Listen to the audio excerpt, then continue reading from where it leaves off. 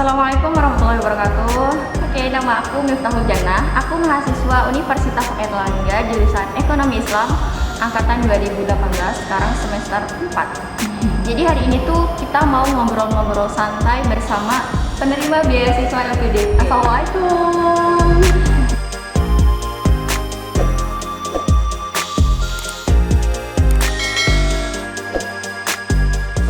Oke, sebelum ngobrol tentang LPDP, lebih baik Mbak memperkenalkan diri, nama, asal atau status mungkin Mbak.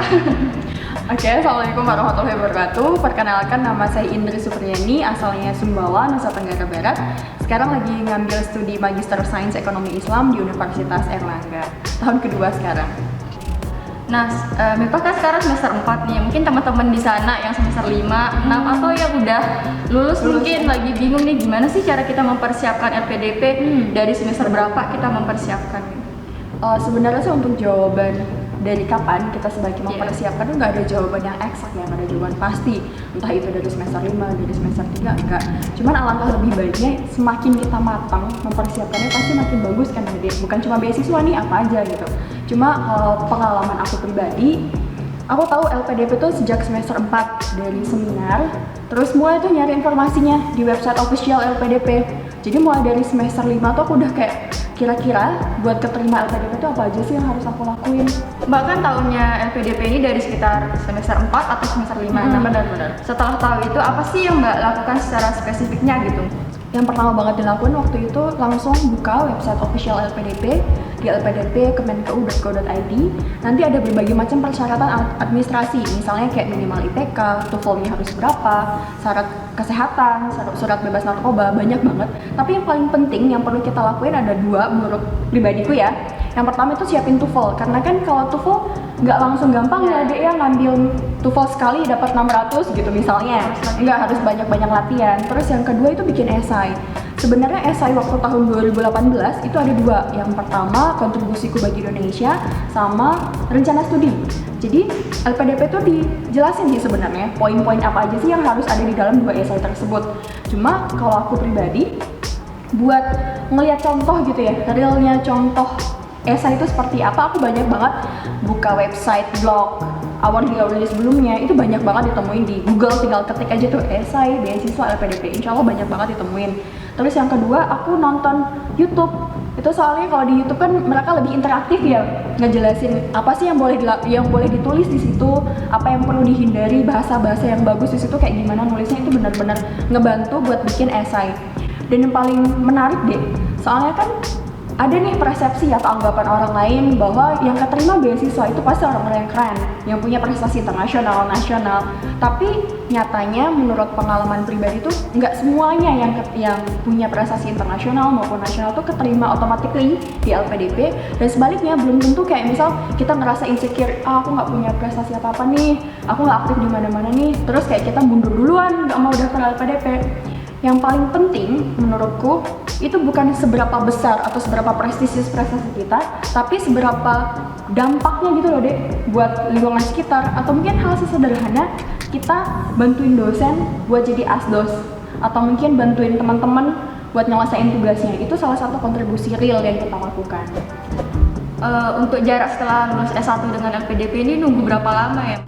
Kalau aku sendiri sih sekitar 1 tahun, karena memang nggak semuanya orang 1 tahun ya Dek. Ada yang misalnya dia udah kerja dulu beberapa tahun, nggak ada maksimal berapa tahun jeda S1 ke S2 sih, tapi lebih ke umur rasanya. Dan aku waktu itu tuh memang setahun karena proses LPDP itu cukup lama, dari seleksi administrasi waktu itu kalau nggak salah Mei sampai pengumuman tahap akhir itu September rasanya. Jadi sekitar 5 bulan, 4 bulan. Tahap-tahapnya banyak ya Mbak? Kalau tahap sendiri LPDP ada 3. Yang pertama seleksi administrasi, kedua itu seleksi berbasis komputer, sama yang ketiga itu seleksi wawancara. Tapi mungkin tahun 2020 udah ada perbaharuan ya. Benar. Waktu itu kan seleksi administrasi kita harus lengkapin tuh kayak scan ijazah, scan KTP, esai tadi juga benar. Terus setelah tahap 2, tahap yang paling krusial ya, tahap final itu tuh ada tahap wawancara. Oh benar. Kebayang ada 3 orang di situ, terdiri dari yang pertama adalah dari psikolog, terus kedua dari akademisi yang punya background pendidikan yang sama kayak kita. Yang ketiga itu dari pihak LPDP. Pertanyaannya sebenarnya mirip sama pertanyaan ketika kita wawancara kerja ya, kalau misalnya udah punya pengalaman wawancara kerja. Tapi mungkin di situ yang paling poin pentingnya itu bagian psikolognya. Soalnya bisa jadi psikolog tuh mau ngetes kepribadian kita gitu loh deh. Dan buat kepribadian kan nggak mungkin kita bisa bikin-bikin. Tiba-tiba kita pengen kelihatan lembut, kelihatan lebih tegas, itu nggak bisa dibentuk dalam satu waktu gitu. Tapi kita ngebangun karakter itu sendiri sampai akhirnya kita siap ngadepin psikolognya. Soalnya namanya juga psikolog ya, pasti punya trik sendiri buat ngulik kepribadian kita. Dan waktu tahap 2 kan ada tes kepribadian itu kan. Dan kayaknya sih rata-rata, ini menurut pendapat pribadi ya, itu psikolognya bakalan ngasih pertanyaan sesuai dengan hasil tahap kedua tadi, yang tes karakteristik kepribadian tadi. Banyak juga ya Mbak tahapan yang harus benar. dipersiapkan. Tapi apa sih yang membuat LPDP ini lebih diminati dibanding beasiswa yang lain? Sebenarnya pada dasarnya kalau beasiswa mau internasional atau dalam negeri itu sama aja deh, ngasih fasilitas yang terbaik ya menurut mereka. Tapi salah satu hal yang menurut aku amazed banget sama LPDP tuh ngasih fasilitas ke awardee atau penerimanya itu kayak pengayaan bahasa, atau bahasanya sekarang PB. Kalau misalnya kita ngambil jalur afirmasi, itu kalau TOEFL kita belum nyampe, misalnya kalau buat keluar negeri kan 600, itu kita bakal dikasih pengayaan selama 3 bulan atau 6 bulan. Jadi kan ngerasa ya Allah kita nih udah dikuliahin gitu, udah dibiayain, tapi ternyata juga kita dapat fasilitas tambahan.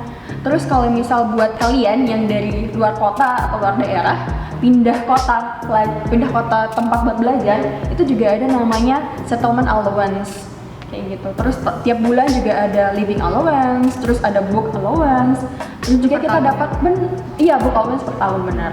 Terus kalau misal kita dari luar pulau, itu juga bakal dikasih tiket keberangkatan. Iya benar, tiket pulang pergi, tapi cuma buat 2 kali ya. Pertama datang tuh katanya, sama pas nanti kita pulang, benar. Sejauh ini aku ngerasa benar-benar diperhatiin sih sama LPDP. LPDP sangat-sangat memfasilitasi awardee-nya buat kuliah. Aku teringat salah satu kalimat ya dari Bu Sri Mulyani. Beliau nyampein negara Indonesia nggak mau mahasiswanya itu tersiksa buat kuliah kayak gitu. Wah, Masya Allah, ternyata pemerintah kita semakin kesini sudah memperhatikan pendidikan Indonesia ya, dengan memberikan banyak beasiswa gitu, kesempatan untuk anak-anak Indonesia. Nah, untuk terakhir aja Mbak ya, apa sih yang Mbak ingin sampaikan kepada orang-orang yang ingin kuliah dengan keadaan finansial yang mungkin tidak memadai gitu, dan sedang ini buat teman-teman yang lagi berjuang mendapatkan LPDP. Kalau dari aku sih, jangan sampai kita insecure duluan dengan prestasi kita ngebanding-bandingin diri kita sama orang lain. Tapi yang kita perhatiin itu seberapa besar sih impact kita buat lingkungan sekitar kita dulu, yang lingkungan kecil deh. Jangan berharap aku tiba-tiba aku menang internasional nih, menang lomba olimpiade, conference luar negeri. Tapi tujuan kita tuh bukan buat bermanfaat orang lain, tapi semata-mata buat bagusin CV gitu ya.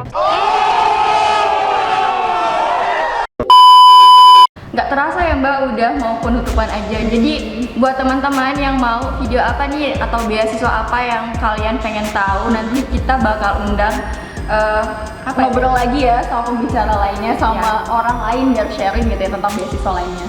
Oke, semoga videonya bermanfaat. Amin. Wabillahi taufiq wal hidayah. Wassalamualaikum warahmatullahi wabarakatuh.